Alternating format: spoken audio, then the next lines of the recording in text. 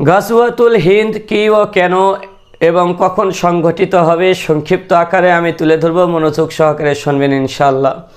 তো গাজওয়া একটি আরবি শব্দ যার অর্থ হলো যুদ্ধ করা বা জিহাদ করা। আর হিন্দ বলতে ভারত উপমহাদেশের ভারত, পাকিস্তান, বাংলাদেশ, নেপাল, ভুটান এবং শ্রীলঙ্কাকে বোঝানো হয়েছে। তো কিয়ামতের পূর্বে হিন্দুস্তানের মূর্তি পূজারীদের সাথে মুসলমানদের একটি রক্তক্ষয়ী যুদ্ধ হবে। সেই যুদ্ধে পাক, ভারত ও বাংলাদেশের মুসলিম নামধারী বহু মুনাফিকেরাও মুশরিকদের সাথে যোগাযোগ করবে এবং কেউ কেউ পালিয়ে বেড়াবে। তো যুদ্ধটা হবে ইমাম মাহদী আলাইহিসসালাম এবং হযরত ঈসা আলাইহিসসালামের অল্প কিছুদিন পূর্বে অথবা সমসাময়িক সময়ে। তবে সমসাময়িক সময়ে হওয়াটাই অধিক যুক্তিযুক্ত, কারণ হাদিসে বলা হয়েছে মুজাহিদগণ যুদ্ধ শেষে সিরিয়ায় গিয়ে হযরত ঈসা আলাইহিসসালামের সাথে সাক্ষাৎ করবেন এবং তারা দাজ্জালের বিরুদ্ধেও যুদ্ধ করবেন।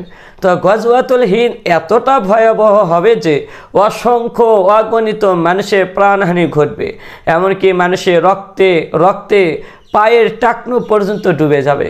অবশেষে আল্লাহ পাক রব্বুল আলামিনের সাহায্যে, আল্লাহ পাক রব্বুল আলামিনের নুসরতে মুসলমানদেরই বিজয় হবে এবং মুজাহিদরা যুদ্ধ শেষে সিরিয়ায় গিয়ে হযরত ঈসা আলাইহিস সালামের সাথে সাক্ষাৎ করবেন। হযরতে আবু হুরায়রা রাদিয়াল্লাহু তাআলা আনহু থেকে বর্ণিত, তিনি বলেন রাসূলুল্লাহ সাল্লাল্লাহু আলাইহি ওয়াসাল্লাম বলেছেন, গাজওয়াতুল হিন্দ এই প্রসঙ্গে বলেছেন, অবশ্যই তোমাদের একটি দল হিন্দুস্তানের সাথে যুদ্ধ করবে। আল্লাহ সেই দলের যোদ্ধাদের সফলতা দান করবেন এবং তারা হিন্দুস্তানের রাষ্ট্রপ্রধানকে শিকল দিয়ে বেঁধে টেনে আনবেন। তো আল্লাহ পাক রব্বুল আলামিন সেই দলের যোদ্ধাদেরকে ক্ষমা করে দেবেন। অতঃপর মুসলমানেরা যুদ্ধ থেকে ফিরে এসে হযরত ঈসা ইবনে মারিয়মকে সিরিয়ায় পেয়ে যাবে। আর হযরত আবু হুরায়রা রাদিয়াল্লাহু তাআলা আনহু বলেন যে আমি যদি গাজওয়াতুল হিন্দ অংশগ্রহণ করতে পাই, সুযোগ পাই, তাহলে আমার নতুন পুরাতন সমস্ত সম্পদ বিক্রি করে দিয়ে হলেও তাতে অংশগ্রহণ করব। আর যদি শহীদ হয়ে যায় তাহলে আমি উত্তম একজন শহীদ হিসেবে নিজেকে মনে করব এবং ধন্য মনে করব।